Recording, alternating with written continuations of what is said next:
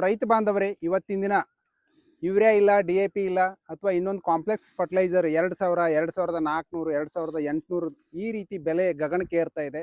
ರೈತರು ಯಾರು ಭಯ ಪಡೋ ಅವಶ್ಯಕತೆ ಇಲ್ಲ. ಸಾಕಷ್ಟು ಈಗಾಗಲೇ ಕೃಷಿ ವಿಜ್ಞಾನಿಗಳು, ಯೂನಿವರ್ಸಿಟಿ ವಿಜ್ಞಾನಿಗಳು, ಕೃಷಿ ಇಲಾಖೆಯವರು ಹೇಳ್ತಾ ಇದ್ದಾರೆ, ಜೈವಿಕ ಗೊಬ್ಬರಗಳನ್ನು ಬಳಸಿ ಮಣ್ಣಿನ ಫಲವತ್ತತೆ ಉಳಿಸಿ ಇಳುವರಿ ಹೆಚ್ಚಿಸಿ ಅಂತ ಹೇಳಿ.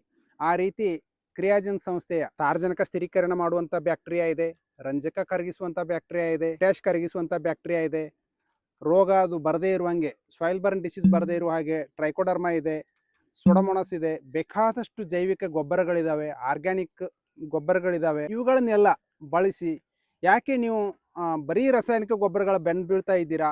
ಅದು ಬಿಡಿ, ಅದರ ಜೊತೆ ಇದನ್ನು ಬಳಸಿ 2 ಬ್ಯಾಗ್ ಹಾಕೋ ಜಾಗದಲ್ಲಿ 1 ಬ್ಯಾಗ್ NPK ಕೊಡಿ, 1 ಬ್ಯಾಗ್ ಈ ರೀತಿ DNP ಅಥವಾ ಟೋಟಲ್ 20, ಅದರ ಹೆಸರೇ ಹೇಳುವ ಹಾಗೆ ಉತ್ತಮವಾಗಿರ್ತಕ್ಕಂಥ ಆರ್ಗ್ಯಾನಿಕ್ ಮ್ಯಾನ್ಯೂರ್ ಇದೆ, ಎಲ್ಲ ಕಡೆನೂ ಸಿಗ್ತಾ ಇದೆ.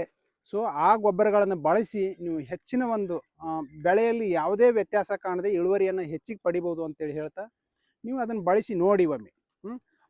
ರಾಸಾಯನಿಕ ಗೊಬ್ಬರಗಳ ಚಿಂತೆ ಬಿಡಿ, ಅದು ಈ ಕ್ರಿಯಾಜನ್ ಸಂಸ್ಥೆಯ ಗೊಬ್ಬರಗಳನ್ನು ಬಳಸಿ ನೋಡಿ. ಸರ್ ನಮಸ್ಕಾರ. ಸರ್ ನಮಸ್ಕಾರ ಸರ್. ತಮ್ಮ ಹೆಸರು? ಸರ್ ಮುಸ್ತಫಾ ಅಂತ ಸರ್. ಮುಸ್ತಫಾ ಯಾವೂರಿಂದ? ನಮ್ದು ಶಿರಾ ತಾಲೂಕು ತಾವರೆಕೆರೆ ಅಂತ ಸರ್. ಓಕೆ. ಊರು. ಅಲ್ಲಿ ನಾವು ಒಂದು MS ಫರ್ಟಿಲೈಸರ್ ಅಂತ ಹೇಳಿ ಕೌಂಟ್ ಮಾಡಿದೀವಿ. ಓಕೆ. ಜೊತೆಗೆ MS ಸೀಡ್ಸ್ ಅಂತ ಹೇಳಿ ಒಂದು ಪ್ರೊಡಕ್ಷನ್ ಫರ್ಮು ಇದೆ ಸರ್. MS ಸೀಡ್ಸ್ ಅಂತ ನಿಮ್ಮ ಇದ್ರ ಹೆಸರಿಂದನೇ ಫಾರ್ಮ್ ಇದು ಮಾಡಿ? ಹೌದೌದು, MS ಫರ್ಟಿಲೈಸರ್ ಇದು ಫರ್ಮು ನಮ್ಮ ಹೆಸರಿದೆ. ಓಕೆ. MS ಸೀಡ್ಸ್ ಅನ್ನೋ ಫರ್ಮು ನಮ್ಮ ಮಗನ ಹೆಸರಿಗಿದೆ. ಓಕೆ. ಏನು ಸೀಡ್ಸ್ ಏನು ಮ್ಯಾನುಫ್ಯಾಕ್ಚರ್ ಮಾಡ್ತೀರಾ, ಪ್ರೊಡಕ್ಷನ್ ಮಾಡ್ತೀರಾ? ಮ್ಯಾನುಫ್ಯಾಕ್ಚರ್ ಬರೀ ಪ್ರೊಡಕ್ಷನ್, ಓನ್ಲಿ ಪ್ರೊಡಕ್ಷನ್ ಮಾಡ್ತೀವಿ ಸರ್. ಓಕೆ. ಪ್ರೊಡಕ್ಷನ್ ಮಾಡಿ ಯಾರಿಗೆ ಕೊಡ್ತೀರಾ? ಅಂದ್ರೆ ನಾವು ಒಂದು 2-3 ಕಂಪ್ನಿಯಿಂದ ನಾವು ಟೈ ಅಪ್ ಆಗಿರ್ತೇವೆ ಸರ್. ಓಕೆ. ಅವರು ಇಷ್ಟು ಕ್ವಾಲಿಟಿ ಬೇಕು ಅಂತೇಳಿ ಮೊದಲನೇ ನಮ್ಮ ಅಗ್ರಿಮೆಂಟ್ ಮುಖಾಂತರ ಮಾಡಿ ಪ್ರೊಡಕ್ಷನ್ ಕೊಟ್ಟಿರ್ತಾರೆ. ಓಕೆ. ನಾವು ಅವ್ರಿಗೆ ಎಲ್ಲ ಪಾಲಿನೇಷನ್ ಮಾಡಿಸಿ ಒಳ್ಳೆ ಕ್ವಾಲಿಟಿ ಸೀಡನ್ನು ಅವ್ರಿಗೆ ಬಲ್ಕ್ ಸೀಡ್ ಆಗಿ ನಾವು ಕೊಡ್ತೀವಿ. ಓಕೆ. ಈಗ ನೀವು ಯಾವ ರೀತಿ ಬೆಳೆ ಬೆಳಿತೀರಿ, ಅದಕ್ಕೆ ಏನೇನು ಅಪ್ಲೈ ಮಾಡ್ತೀರಿ? ಈಗ ಕ್ರಿಯಾಜನ್ ಕಂಪ್ನಿಯಿಂದ ಯಾವ ಥರ ನಿಮಗೆ ಅನುಕೂಲ ಆಗ್ತಾ ಇದೆ? ಕ್ರಿಯಾಜಿನ್ ಕಂಪ್ನಿಯಿಂದ ಹೆಂಗೆ ಅನುಕೂಲ ಆಗ್ತದೆ ಅಂದ್ರೆ ಸರ್, ಮೇನ್ ನಮಗೆ ಈ ಕೆಮಿಕಲ್ ಫರ್ಟಿಲೈಸರ್ ಕಡೆಯಿಂದ ಕಾಸ್ಟ್ಗಳು ಸ್ವಲ್ಪ ಜಾಸ್ತಿ ಆಗೋದು. ಓಕೆ. ಈ ನೆಕ್ಸ್ಟ್ ನಿಮ್ಮ ಕ್ರಿಯಾಜಿನ್ ಕಂಪ್ನಿಯಿಂದ ಪ್ರಾಡಕ್ಟ್ ಬಂದಾಗ ನಾವು ಅದನ್ನು ಯೂಸ್ ಮಾಡಿದ್ವಿ, ಇದನ್ನು ಯೂಸ್ ಮಾಡಿದ್ವಿ. ಒಬ್ಬ ರೈತನ ಕೆಮಿಕಲ್ ಫರ್ಟಿಲೈಸರ್ ಮಾಡಿಸಿದ್ವಿ, ಇನ್ನೊಬ್ಬರನ್ನ ನಾವು ಕ್ರಿಯಾಜಿನ್ ಅನ್ನ ಉಪಯೋಗಿಸಿದ್ವಿ. ಅದಕ್ಕೂ ಟ್ಯಾಲಿ ಮಾಡಿದಾಗ ಇದು ಗ್ರೋತಿಂಗ್ ಪ್ರಮಾಣ ಸ್ವಲ್ಪ ಫಾಸ್ಟ್ ಆಗಿ ಬರೋದು, ಜೊತೆಗೆ ನಮಗೆ ಕಾಸ್ಟ್ ಅಲ್ಲಿ ಕಡಿಮೆ ಬರೋದು ಸರ್. ಅಂದ್ರೆ ಫರ್ಟಿಲೈಸರ್ ಕಾಸ್ಟ್ ಕಡಿಮೆ ಆಗುತ್ತೆ, ಇಳುವರಿ ಬೆಳವಣಿಗೆಯಲ್ಲಿ ಚೆನ್ನಾಗಿ ರಿಸಲ್ಟ್ ಬರುತ್ತೆ ಸರ್. ಓಕೆ. ಈಗ ಕೆಮಿಕಲ್ ಫರ್ಟಿಲೈಸರ್ ಮಾಡಿದಾಗ ಏನಾಗುತ್ತೆ, ಕಾಸ್ಟ್ ಆಫ್ 50% ಜಾಸ್ತಿ ಆದ್ರೂ ಬಟ್ ಈ ಕ್ವಾಲಿಟಿ ಅದರಲ್ಲಿ ಕಾಣ್ತಿರ್ಲಿಲ್ಲ ಸರ್ ನಾವು. ಓಕೆ. ಅಲ್ಲಿ ಕಾಸ್ಟ್ ಡಬಲ್ ಆದ್ರೂ ಕೂಡ ಈ ಒಂದು ರಿಸಲ್ಟ್ ಕಾಣ್ತಿರ್ಲಿಲ್ಲ ಸರ್. ಓಕೆ. ಈಗ ಒಳ್ಳೆ ರಿಸಲ್ಟ್ ಕಾಣ್ತಾ ಇದೆ. ಹಾಂ ಸರ್. ಒಳ್ಳೆ ಇಳುವರಿ ಬರ್ತಾ ಇದೆ. ಹೌದು ಸರ್, ಒಳ್ಳೆ ಇಳುವರಿ ಬರ್ತಾ ಇದೆ. ಅದಕ್ಕೆ ತಕ್ಕಂಗೆ ಎಲ್ಲಾನು ನಾವು ಪ್ರತಿಯೊಂದು ಪ್ರಾಡಕ್ಟ್ ಅನ್ನು ನಿಮ್ಮನ್ನು ಉಪಯೋಗಿಸಿದ್ರಿಂದ ನಾನು ಫಸ್ಟ್ ಏನ್ ಮಾಡಿದೆ ಅಂದ್ರೆ 1 ಎಕರೆಗೆ ಫಸ್ಟ್ ನಿಮ್ದೇ ಒಂದೇ ಕಂಪ್ನಿದೇನೆ ನಾನು ಯೂಸ್ ಮಾಡಿದೆ. ಬೇರೆ ಅದಕ್ಕೆ ಏನು ಯೂಸ್ ಮಾಡಿಸ್ಲಿಲ್ಲ. ಓಕೆ. ಕೆಲವೊಂದು ಕಂಪ್ನಿ ಪ್ಲಾಟ್ಗಳಿಗೆ ನಾನು ಕೆಮಿಕಲ್ ಫರ್ಟಿಲೈಸರ್ ಅನ್ನು ಯೂಸ್ ಮಾಡಿಸಿ ನೋಡಿದೆ.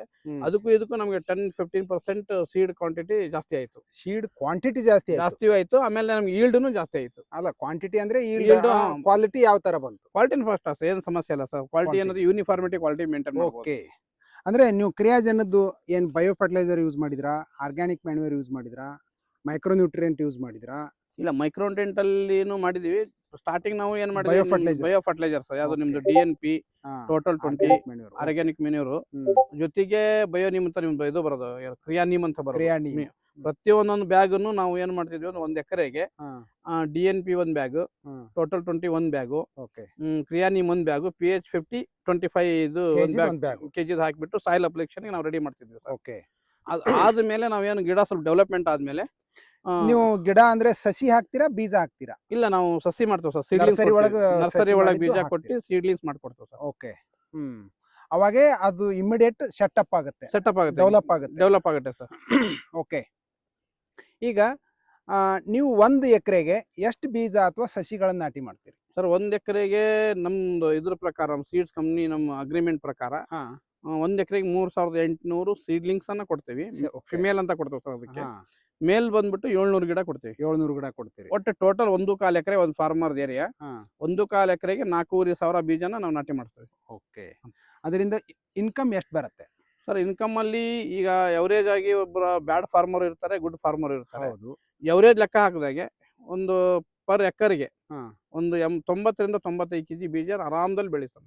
90ರಿಂದ 95 ಕೆಜಿ, ಎವರೇಜ್ 1 ಕ್ವಿಂಟಲ್ ಲೆಕ್ಕ ಹೇಳಿ 1 ಕ್ವಿಂಟಲ್ 100 ಕೆಜಿ ಲೆಕ್ಕ. 100 ಕೆಜಿ ಲೆಕ್ಕ ಸರ್. ಅಂದ್ರೆ 1 ಕೆಜಿಗೆ ಏನ್ ಕಾಸ್ಟ್ ಆಗುತ್ತೆ? 1 ಕೆಜಿಗೆ ನಾವು ಒಂದು 2400 ರೂಪಾಯಿ ಫಾರ್ಮರಿಗೆ ಕೊಡ್ತೇವೆ ಸರ್. ಅಂದ್ರೆ 2400 ರೂಪಾಯಿ ಪರ್ ಕೆಜಿ. ಅಂದ್ರೆ ಅರೌಂಡ್ 2.5 ಲಕ್ಷ ಹತ್ರ ನಿಮಗೆ 1 ಎಕರೆಗೆ ಬರುತ್ತೆ. ಹೌದು ಸರ್. ಓಕೆ, ಕಾಸ್ಟ್ ಏನಾಗುತ್ತೆ? ಕಾಸ್ಟ್ ಅಂದ್ರೆ ಈಗ ಎಲ್ಲಾನು drip, mulching, fertiliser, drip, mulching total ಎಲ್ಲ ಸೇರಿ 170 ಇಂದ 80,000 ರೂಪಾಯಿ ಫಾರ್ಮರಿಗೆ ಖರ್ಚಾಗುತ್ತೆ ಸರ್. ಅಪ್ ಟು ಸ್ಟಾರ್ಟಿಂಗ್ ಇಂದ ಹಿಡಿದು ಎಂಡ್ ವರೆಗೂ. ಓಕೆ, ಲೇಬರ್ಸ್ ಎಲ್ಲ ಇನ್ಕ್ಲೂಡ್ ಹಾರ್ವೆಸ್ಟಿಂಗ್ ತನಕನು 70 ರಿಂದ 80,000 ಪಕ್ಕ ಹಿಡ್ಕೊಳ್ಳಿ. ಅಂದ್ರೆ 2,50,000ದಾಗ 80,000 ತೆಗೆದ್ರೆ ಇನ್ನು 1,70,000 ಹತ್ರ ಲಾಭ ಆಗುತ್ತೆ. ಇದು ರೈತರಿಗೆ ನೀವು ಏನು ಅಂದ್ರೆ ನೀವು 70 ರಿಂದ 80,000 ಹಾಕಿ 1,20,000 ಆದಾಯ ತೆಗಿತೀರ ಅಂದ್ರೆ ಇದು ಒಳ್ಳೇದು. ಹೌದು ಸರ್. ಹೌದು ಸರ್. ಚೆನ್ನಾಗಿದಾಯ್ತು ಅಂದ್ರೆ ಬೆಳೆ ಬಂದ್ರೆ ರೈತ ಎಲ್ಲರಿಗೂ ಸಾಲಾನು ಕೊಡ್ಬೋದು, ಶ್ರೀಮಂತನು. ಹೌದು ಸರ್. ದೇಶಕ್ಕೆ ಅನ್ನ ಹಾಕೋ ರೈತ. Correct sir. ಒಂದು ವೇಳೆ ಮಳೆ, ಕ್ಲೈಮೇಟು, ವಾತಾವರಣ ಅಥವಾ ಬೆಲೆ ಸಿಗದೆ ಇದ್ದಾಗ ಸಾಲಗಾರನು ಆಗ್ತಾನೆ. 100% ಸರ್. ಅದು ಏನಾಗುತ್ತೆ, ಕ್ಲೈಮೇಟ್ ವೇರಿಯೇಷನ್ದಾಗ ಅವನು ಸಾಲಗಾರ ಹಾಕಾನೆ, ನಾವು ಇನ್ಪುಟ್ ಆಗಿ ನಾವು ಬಂಡವಾಳ ಹಾಕ್ದ ನಾವು ಸ್ವಲ್ಪ ಸಾಲಗಾರ ಹಾಕವೆ ಆ ಟೈಮಲ್ಲಿ. ಓಕೆ, ಅದನ್ನ ಏನ್ ಮಾಡ್ತೀವಿ, ಯಾವ ತರ ರಿಕವರಿ ಮಾಡ್ಕೋಬಹುದು ಅಂದ್ರೆ ಸರ್, ಈ ಆ ವರ್ಷದನ್ನ ನೋಡ್ಕೊಂಡ್ಬಿಟ್ಟು ಅವ್ನಿಗೇನು ಒಂದು 1,20,000 1,30,000 ಲಾಸ್ ಆಯ್ತು ಅಂದ್ರೆ ನೆಕ್ಸ್ಟ್ ಅವ್ನಿಗೆ ಏನ್ ಮಾಡ್ತೀವಿ, 1 ಎಕರೆ ನಾವು ಕಂಪಲ್ಸರಿ ಒಬ್ಬ ಫಾರ್ಮರಿಗೆ ಕೊಡೋದು ಅಂತ ಇರುತ್ತೆ. ಯಾಕಂದ್ರೆ 2 ಎಕರೆ ಮಾಡಕ್ಕೆ ಅವರಲ್ಲಿ ಹೆವಿ ಕೆಲಸ ಆಗುತ್ತೆ. ಹೌದು.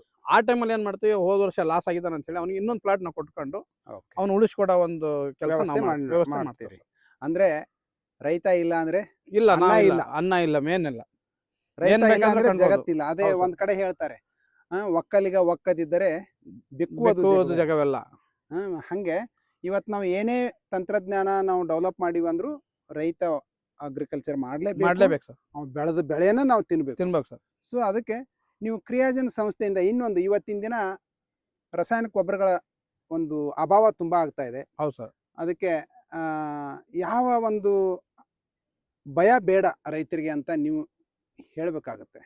ಏನು ಅಂದ್ರೆ ನೈಟ್ರೋಜನ್ ಫಿಕ್ಸರ್ ಬ್ಯಾಕ್ಟೀರಿಯಾ ಇದಾವೆ, ಅಜೋಸ್ಪಿರ್ಲಮ್ ಸೂಡೋಮೋನಾಸ್, ಟ್ರೈಕೋಡರ್ಮಾ ಇದೆ, ರೋಗ ಬರದೇ ಇರುವಂಗೆ. ಆಮೇಲೆ ಫಾಸ್ಫರಸ್ ಸಾಲ್ಯುಲೈಸಿಂಗ್ ಬ್ಯಾಕ್ಟೀರಿಯಾ, ನಿಮಗೆ ರಂಜಕ ಕರಗಿಸುವಂತ ಜೀವಾಣು ಇದಾವೆ, ಪೊಟ್ಯಾಶ್ ಮೊಬಿಲೈಸಿಂಗ್ ಬ್ಯಾಕ್ಟೀರಿಯಾ ಇದಾವೆ. ಸೊ ಇವೆಲ್ಲ ಇದ್ದಾಗ ನಾವು ಯಾಕೆ ಇಷ್ಟೊಂದು ರೈತರು ಬರೀ ಯೂರಿಯಾ ಬೇಕು, DAP ಬೇಕು ಅಂತ ಹೇಳಿ ಇದಾಗ್ತಾ ಇದಾರೆ? ನಿಮ್ಗೆ ಅದ್ರ ಬಗ್ಗೆ ಏನ್ ಅನಿಸ್ತಾ ಇದೆ? ಇಲ್ಲ, ಅದ್ರ ಬಗ್ಗೆ ನಾವು ರೈತರಿಗೂ 100ಕ್ಕೆ ಒಂದು 50-60% ಅಲ್ಲ ನಾವು ಅದ್ರ ಬಗ್ಗೆ ಅರಿವು ಮೂಡಿಸಿದೀವಿ ಸರ್ ನಾವು. ಓಕೆ, ಏನಾಗುತ್ತೆ, ಇನ್ನು ಮೇಲೆ ಆ ತರ ರಾಸಾಯನಿಕ ಗೊಬ್ಬರಗಳು ಬಹಳ ಕಡಿಮೆ. ಬಟ್ ಈ ಬಂದರ ಗೊಬ್ಬರನ ನೀವು ಉಪಯೋಗಿಸ್ಕೊಂಡು ಇದನ್ನ ನೀವು ಇದು ನೋಡ್ಕೊಂಡು ಒಳ್ಳೆ ಬೆಳೆನೂ ಬೆಳಿಬಹುದು, ಒಳ್ಳೆ ದುಡ್ಡನ್ನು ಮಾಡ್ಬೋದು, ನಿಮ್ಮಲ್ಲಿ ಖರ್ಚುಗಳು ಕಡಿಮೆ ಆಗುತ್ತೆ, ಆದಾಯ ಜಾಸ್ತಿ ಆಗುತ್ತೆ. ಇದನ್ನೆಲ್ಲ ಉಪಯೋಗಿಸ್ರಿ ಅಂತಾನು ನಾವು ಹೇಳಿದೀವಿ. ಓಕೆ, ಈಗ ನೀವು ಜೈವಿಕ ಗೊಬ್ಬರಗಳ ಬಳಸಿದಿರಾ ಅಥವಾ ಹೇಗೆ? ಮುಂಚೆ ನಮ್ ಕ್ರಿಯಾಜನದಾಗಿರ್ಬೋದು ಅಥವಾ ಇನ್ನೊಂದಾಗಿರ್ಬೋದು. ಕ್ರಿಯಾಜನದ್ದು ಎಕ್ಸಲೆಂಟ್ ಇದೆ ಸರ್. ಬಟ್ ಅದಕ್ಕಿಂತ ಮುಂಚೆ ನಾವು ಮಾಡಿದ್ವಿ, ಬಟ್ ಇಷ್ಟೊಂದು ನಾವು ಇದು ಮಾಡ್ತಿರ್ಲಿಲ್ಲ.